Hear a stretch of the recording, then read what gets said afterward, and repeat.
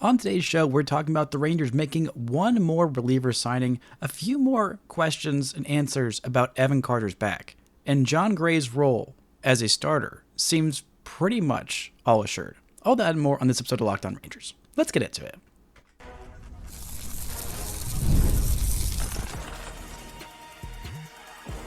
You are Locked On Rangers, your daily Texas Rangers podcast, part of the Locked On Podcast Network, your team every day. You are locked onto the Texas Rangers, the first and best daily Rangers podcast. I'm Bryce Patrick, a cripplingly addicted Texas Rangers fan covering this team for 11 seasons, including all 6 as the founder and host of this podcast. Thank y'all so much for making Locked On Rangers your first listen every single day. If you're not already, you can follow me on Twitter at Bryce Patrick. You can follow the show at Locked On Rangers. Hit subscribe on your favorite podcasting platform and on YouTube, where the best way you can help grow the show is to comment nearly any single thing below. Now, on today's show, we're talking about the Rangers making one more signing in their bullpen. We're talking a little bit about Evan Carter and his back health, a little bit about John Gray, and a new signing who had an unforeseen injury that hopefully shouldn't keep him out too long. But the news of the day, the news of yesterday, number 77 is back in DFW. A former first-round pick whose first 3 letters of his first name start with L-U-K. No, it is not Luca. It is Lou Jax. Luke Jackson signing a 1-year deal to return to the Texas Rangers. The prodigal son has returned home, has not pitched for the Texas Rangers since 2016.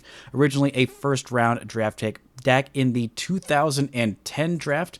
The best first-round pick that the Rangers had in that draft, and not a whole lot of other success from Jake Skoll and Kellen Degland, a little bit from other supplemental first-round pick Mike Olt, but Luke Jackson, the slider specialist, breaking ball aficionado, is back with the Texas Rangers, signing a 1-year, $1.5 million deal to return to Texas. Now, not a minor league deal, not a invitation to big league camp. This is a full-on guaranteed major league deal, something I thought the Rangers were done doing at this point in the season. But alas, that is not the case. Luke Jackson, after a career worst year in terms of him being an everyday regular last year, was not great between San Francisco and Atlanta. Pitched in 52 games overall, 53 innings, an ERA just north of 5, a little bit more than a strikeout per inning, 10 Ks per 9, 4.5 walks per 9. He is a guy who is slider first, but his slider is unique. It's not like a lot of right-handed sliders where it is only good against right-handed batters, because most sliders, they will move towards the glove side, away from right-handers and into left-handed hitters, and so left-handed hitters usually have a much higher chance of success against right-handed sliders than right-handed hitters do. But his just drops straight down. That thing has a lot of vertical break. It is a unique pitch. His curveball is also a very, very good pitch. A lot of vertical movement, just dropping straight down. His fastball is not elite in terms of velocity. I talked on yesterday's episode towards the back end, the third segment, about how the Rangers don't really have a guy with elite velocity, which is why I think were considering, or should consider, John Gray a little bit as a closer, a guy who has averaged 96 miles an hour on his fastball out of the pen last year versus a whole mile an hour less when John Gray was a starter.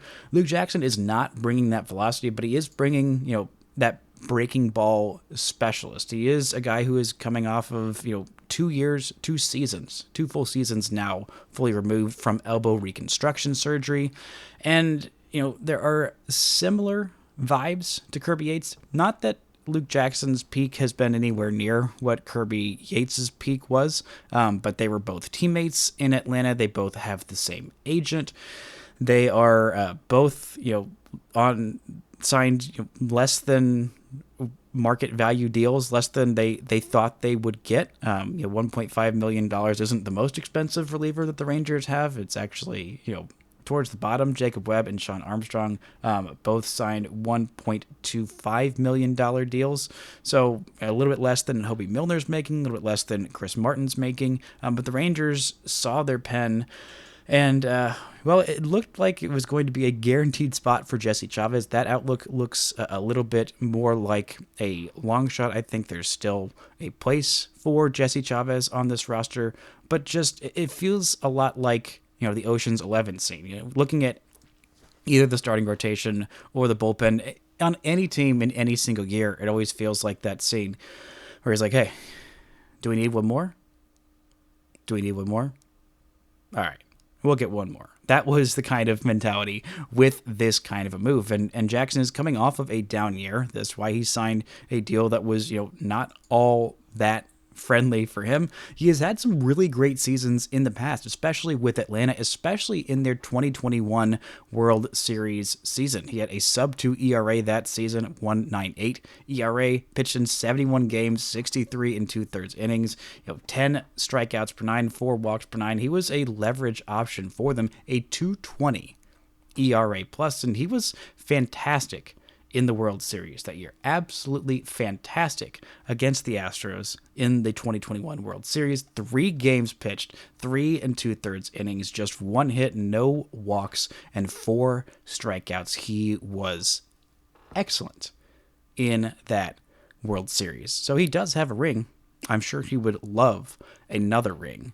And maybe if the Texas Rangers season goes according to plan, he will get that second ring, another 77. I'm thinking he will wear number 77, one of just 3 players in the history of the Texas Rangers to wear that number 77. But, he's got reverse splits. He was traded away in 2016 to the Braves, basically as a 40-man roster casualty back in the day. The Rangers just did not really have space for him. They didn't think that he could figure things out, and he figured things out pretty quickly with Atlanta, but it was not a notable return in the trade. One of the 2 Brady Feigls in minor league baseball was in the return, as well as Tyrell Jenkins. But not exactly the career that the Rangers envisioned when they drafted him in the first round, but he's made a good big league career for himself. I mean, he's made his big league debut back in 2015. This will be his 10th major league season. Missed all of 2022 with that reconstruction surgery. Was pretty good with the Giants in 2023, and then last year just was not quite as sharp. The Rangers think they see something. His agent sees a similar opportunity for Luke Jackson as Kirby Yates had last year. Because remember, heading into the season, Yates was not the Rangers closer. He wasn't. He was the 8th inning guy. Leclerc was the closer. It took about, 2 weeks for that to all change and never change back. I'm not saying to set expectations for Luke Jackson to have a 1.17 ERA and 30-something saves and be an all-star and all that. I'm not saying that that's what you should expect. But I think this is one of the signings that I'm more optimistic about. I mean, the rest of these signings, I think they'll all be fine. Maybe Luke Jackson, won't be good, but I think that making this amount of signings, especially for, a $1.5 million deal, I mean, it's fine. It's more than fine. I mean, I think Sean Armstrong's got some upside. I think of the guys in this pen, the highest upside is, Chris Martin. I think Robert Garcia is right below that. And then Luke Jackson just in a tier a little bit below that. Now, to make room for him on the 40-man roster, Josh Sborz was transferred to the 60-day IL. That felt like an obvious move that was going to happen at some point anyway. To make some room on the 40-man roster, Sborz is going to miss at least the first 2 months of the season, maybe the first 3 months of the season, recovering from that shoulder surgery. Sborz is one of the only guys, actually really the only guy in this pen that has some of that primo velocity. Also a guy who is fastball, slider, curveball, also a guy who has done well against lefties. Similar kind of a profile, but Sborz has got a little bit higher upside. We have seen Josh Sborz go on a little bit more prolonged run of excellence in a World Series run 2 years after Luke Jackson did it with the Braves, but still, I like the signing. I like just feeling confident that there's just one more guy in this bullpen. Right now, the Rangers bullpen, according to Fangraphs, projects as Chris Martin as the closer, then the setup men as Robert Garcia, Jacob Webb, then the mid-relief options as Sean Armstrong, Hobie Billner, Luke Jackson, Jacob Latz, and then long relief is Dane Dunning. I feel really, really good about that. I feel like every single one of those guys if Luke Jackson and Jacob Latz are your fifth inning, you're losing a game by 1 run, but you need somebody to give you an inning, maybe 2 innings. If the guys you're turning to in that situation are Luke Jackson or Jacob Latz, I feel really, really confident about the health of this bullpen, about how much deeper and better it's going to be. The Rangers needed a lot of overhaul in this bullpen, and it's a low-risk deal. I mean, there's no such thing as a bad 1-year deal. There's definitely no such thing as a bad 1-year, $1.5 million deal. Because maybe Luke Jackson does have that bounce back season. Maybe he is fully healthy, and maybe he is fantastic for the Rangers as a high leverage relief option in 2025. Maybe he's not. But on this kind of a deal, just adding that much more assurance that this pen is going to be good, does have enough options, and even if there is an injury or some, regression from one of these guys, adding that one more option makes me feel that much better about this bullpen heading into 2025. But one thing I don't feel super great about at this point is Evan Carter's back. We got some more information about that, what to expect, what he's expecting, and what he's doing about it. Doesn't give me the most hope, but a little bit more hope than when he was missing the entirety of 2024. Talk about all that and more right after this. This show is brought to you by SelectQuote. In sports, having a winning strategy is everything. It's how the best teams make it to the Super Bowl, the World Series, and the Olympics. The same goes for life. Having a strategy like life insurance from SelectQuote can protect your financial legacy and keep your family's future secure. SelectQuote makes it easy to find the perfect life insurance policy. As one of America's leading insurance brokers with nearly 40 years of experience, they've helped over 2 million customers find $700 billion in coverage since 1985. What sets SelectQuote apart is their personal touch. Unlike other brokers that offer one-size-fits-all policies, their licensed agent tailor coverage to your unique needs. So, if you're in good health, you might even qualify for same-day coverage of up to $5 million, no medical exam required. And it's more affordable than you'd think. You can get up to $1 million in coverage for as little as $20 a month. Get the right life insurance for you for less at selectquote.com/lockedon. Go to selectquote.com/lockedon today to get started. That's selectquote.com/lockedon. SelectQuote. They shop, you save. Shout out to the Everydayers for making Locked On Rangers your first listen every single day. On tomorrow's show, I'll be talking about 5 burning questions I have heading into these first spring training games. Now, a question that I have had that has been burning has been about Evan Carter's back. What exactly was he dealing with last year? Is there some clarity to that? Or is this just going to be a great health mystery that could plague him for a long time? And apparently the answer is yes, there is some clarity on it. No, we do not get the clarity because Evan Carter has not stated what exactly he was dealing with specifically, but he did mention that there is a diagnosis, there is a plan. He wants to keep that private for himself and for the team. They know exactly what he's dealing with, but he did say that there is a plan of attack with this back issue. This is now 2 seasons that have been derailed before he turned 22 years old. That is extremely concerning, not just for Evan Carter, the baseball player, but Evan Carter, the person. I mean, this is something that he's probably going to have to be dealing with for the rest of his life. But one of the quotes from Evan Grant's story about this is, quote, Carter did add that after a lot of, quote, trial and error, he was able to get a more definitive diagnosis and plan from Dallas spine specialist Dr. Drew Dossett. He said that for a person who doesn't put as much stress on their back as a baseball player, the condition, quote, should go into remission, end quote, eventually, but he feels confident that it will be managed well. Now, there's a lot to get into there of just him being a guy who doesn't put a whole lot of stress on his back. Maybe that's because he's not swinging hard. Maybe that's because he is not a particularly heavy-set baseball player, particularly beefy boy. He is a rather thin boy.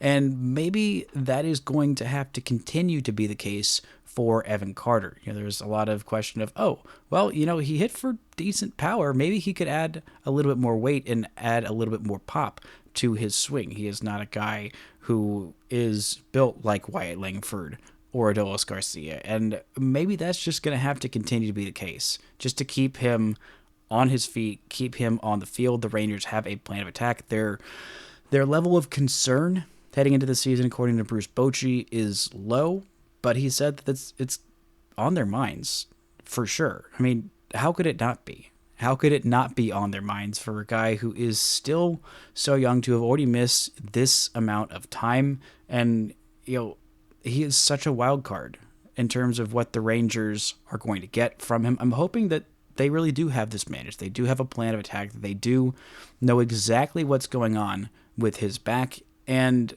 how to handle it. I think there's going to be a definitive plan to not play him a whole bunch of games. I am a little concerned about him playing center field every day. I think that, there's a lot of running involved in center field. Just recently, I think yesterday, Mike Trout said he's no longer going to be playing center field. He's going to be playing right field.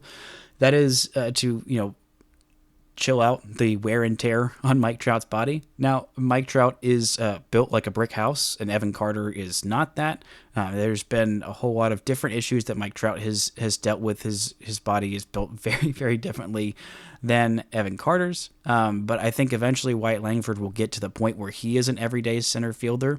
I think that the defensive upside is a little bit higher. The floor is definitely higher defensively with Evan Carter. He's played more center field.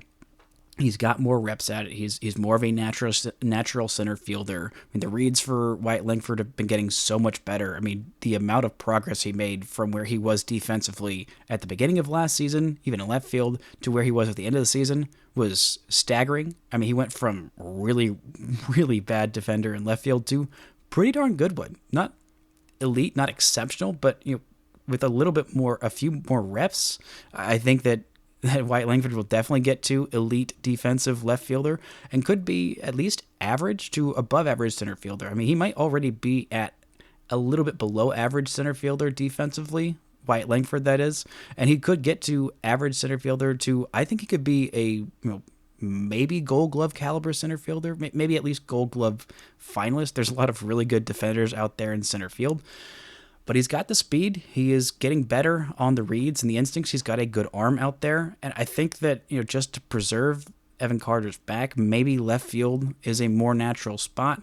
They're going to probably platoon Evan Carter. And he has not hit lefties well. He has not really gotten a chance to hit many lefties well. And him, going from a guy who is a cornerstone franchise little savior, hitting third in the World Series to, okay, let's hope we can keep him healthy. I don't know if he's going to get the chance to play every day or hit against lefties. How often they're going to play, I play him. I genuinely don't know. They haven't really said much about that. And, he's a guy who I thought could hit lefties eventually. He just hadn't gotten that many reps. But if he does end up a platoon player, I feel like that gets such a stigma. But, realistically, there's only 25% of the league's pitchers that are left-handed pitchers. So if you're going to be a platoon player, you're still a mostly everyday player. You're still playing 75% of the games. And, starting pitchers, I think that level of, the amount of starting left-handed pitchers is even lower. So he'll be playing, I think, a decent amount. And even if he doesn't hit lefties for power, he's always got that on base skill. If he is facing a lefty that's a little wild, he does have an exceptional knowledge of the strike zone. He can at least get on base against lefties, pop some singles there, maybe some bunt singles, maybe occasionally he'll bloop one over an infielder and use that elite speed to go and turn that into extra bases. I don't think he's going to hit a whole bunch of home runs against left-handed pitchers. He might not hit any home runs against left-handed pitchers. I feel like that's a little dramatic saying he won't hit any. I'm sure he'll hit some over the course of his career, but this is definitely worrying, not just for him, the baseball player, but again, for him as a person. I feel for him. There have been a lot of really, really great careers that have been derailed by back injuries. I think of Grady Sizemore. I'm a little more worried that was the comp. I hope that it wouldn't be an accurate comp of a guy who came up and was incredible early on. I mean, go look at Grady Sizemore's baseball reference page and see how freaking good he was. But back injuries really just completely derailed his career. And I really hope that's not the case for Evan Carter. Not just for him and this Texas Rangers franchise, because the outlook of this franchise looks differently. If Evan Carter is the Evan Carter that we expected, that we hope that he might be, of a guy who is playing every day, playing really good defense in center field, having that 350 on base percentage, popping the occasional home run, maybe 15, 20 home runs a season, being so good at working counts and knowing the strike zone and having that elite plate discipline that no matter the health of his back will always be there. That will always be there. The speed right now is very much there. He is one of the fastest players in the game. He is such an important building block for this Rangers franchise that if this does end up derailing his career, it will be a great what if. Unfortunately, I don't know, a not great what if. I'm glad that there is a plan of attack for him. I'm glad that he feels comfortable. I'm glad that the Rangers feel comfortable. But this is just always going to be something that's in the back of my mind, and I'm sure in the back of every Rangers fan's mind of, okay, what's the deal with Evan Carter? Can he be healthy? Can he stay on the field? And can he live up to those incredibly lofty expectations that were set of him? I know he feels like he can, and it's just going to be something that we are dealing with Evan Carter until he proves that he is playing every day, that he is playing 140 to 150 games a season. It is just going to unfortunately be a lingering question in our minds. There have been some lingering questions about Jon Gray, what his role is going to be, and apparently Jock Pederson came into camp and is already dealing with something. Talk about what that is, why I'm not concerned, and why Jon Gray is almost assuredly going to be a starter now. All that and more right after this.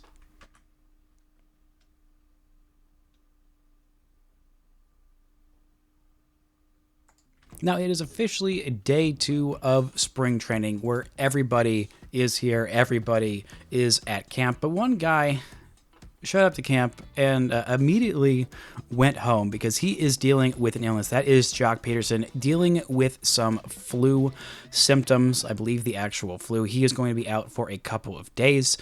It has been going around in Nashville. Bruce Bochy dealt with the flu before he headed to spring training. Also, Chris Martin has dealt with the flu this offseason. I know it's running rampant in DFW, so Jock Pederson is told, just go home, take a few days off. We can't have this running through camp and getting a whole bunch of guys sick and missing time, and just isolate, quarantine. And one more bit of news about Jock Pederson is that we will not be seeing him play the outfield. There was some talk about him defensively maybe playing the outfield. He only DH'd last year. He is going to be playing the field a little bit, but it's not going to be in the outfield.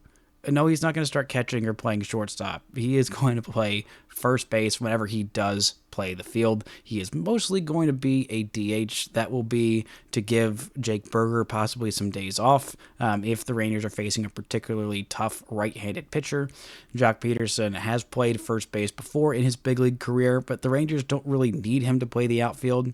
There was a lot of talk when the Rangers signed him of like, oh, well, Jock Pederson can play the outfield. And I'm like, I mean, he can. He can go out there. Mike Napoli also physically could play the outfield. It wasn't great to watch or particularly helpful out there. Now, Jock Pederson is not defensively what Mike Napoli was in the outfield, but he wasn't good anymore, and that's okay because he is really darn good at hitting. And if he can be competent at first base too, I don't think he's going to play there all that much, but the Rangers have plenty of options defensively in the outfield. They have Leody Taveras, who's going to be probably a fourth outfielder.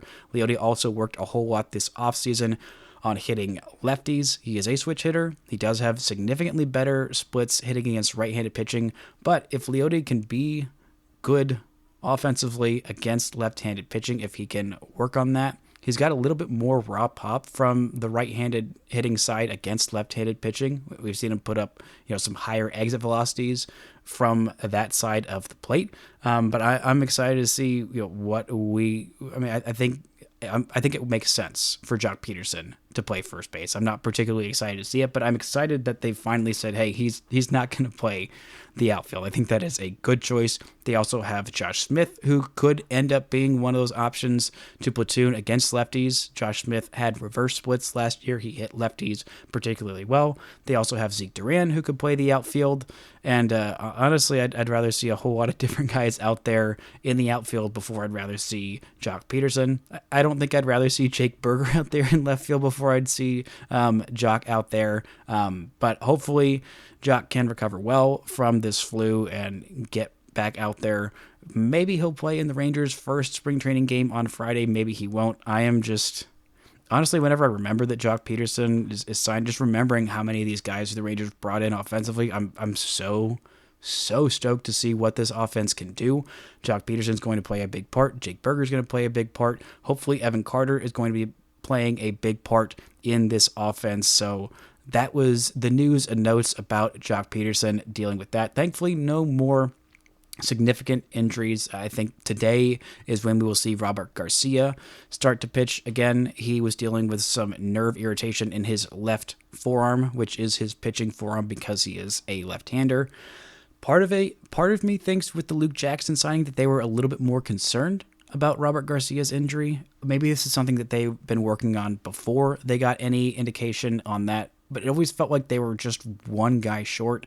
And, Jesse Chavez, I think, is a good depth option to have there, but he's in his 40s, and him just being penciled in as an opening day roster spot as a guy who is coming off of a not great season and is in his 40s and may just be washed because that's what happens when you hit your 40s and you're a Major League Baseball player. It's not a whole lot of guys who can thrive in their 40s as a major leaguer, but I think that the addition of Luke Jackson really helps shore up that bullpen to the point where John Gray is probably, definitely at least to start the season, not going to be in the Rangers' pen. I don't know if they're going to go with a 6-man rotation, but the Rangers talked very extensively of John Gray is going to be a starter. That is what is going to happen. He is going to be a part of this rotation. That is the way things go. And last year was not great for John Gray. Was not very good at all for John Gray, only pitching around 101 innings, the lowest that he has had as a member of the Texas Rangers. But last year he was dealing with some injuries, the neuroma in his foot that started giving him some problems last year. It led to the groin injury. Neuroma is the thickening of a nerve. It runs between his two different toes. It made it hard for him to walk. It led to part of the IL stint. He had a middle toe that was playing a real issue for him last year. He had multiple different groin strains, and he thinks that kind of kinetic chain led to him compensating in other ways, and that's what ended up leading to a couple of different stints on the IL with a groin strain last year. He was really darn good in the pen. I think that he would give the Rangers a really, really nice option back there. But again, if he is healthy, if he's not dealing with that neuroma, if he's able to pitch 150 to 180 innings and be that workhorse in the middle of the rotation. One of the goals he talked about was, hitting 200 strikeouts, working on that strikeout stuff. His strikeout stuff was down. And when you're dealing with that injury, when you're pushing through a lot of things, it makes sense why he was having, a bad season for him. 102 and 2/3 innings last year, 7.5 strikeouts per 9. It was just not a great season for John Gray. And he looks so good out of the pen that's why there was a lot of speculation there. And heck, maybe eventually he ends up in this Rangers pen. I think if the Rangers go to the postseason, I don't know if John Gray is going to be one of the Rangers' 4 best starters. Maybe he will be by that point. Maybe the Rangers will have some injuries to starters, and they will need John Gray to slot into that rotation in a postseason role. But man, is he so freaking good when we see him out of the pen. I mean, that velocity ticking up, that slider being just such a nasty weapon. It's such a nasty weapon in general. I mean, it is a really, really good pitch. One of the better sliders in the league. And just having some of that other stuff to balance out a little bit more, to work a little bit more on that fastball not being so hittable, that would be nice. Just getting every durable starter, every additional durable starter is a very valuable commodity. The Rangers have John Gray here to be a durable starter. They brought Nathan Eovaldi back to hopefully be a durable starter. They will hopefully have Tyler Mahle and also Jacob deGrom as durable starters, or at least starters. And at this point, everybody's healthy, and it will make it a tough decision who makes the roster, the opening day roster in the rotation.